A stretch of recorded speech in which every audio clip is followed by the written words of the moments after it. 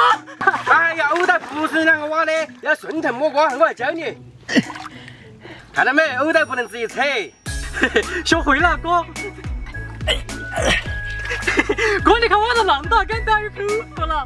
好不容易来次多挖点噻。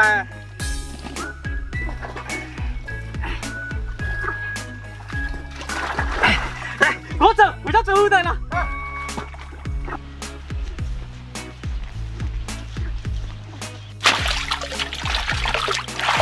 我今天做我的泡带去了啊！哎，去做炒藕带了。把其他的藕带放罐里，还有3块钱就可以吃了。藕带下锅，二哥。差不多了，可以装盘了。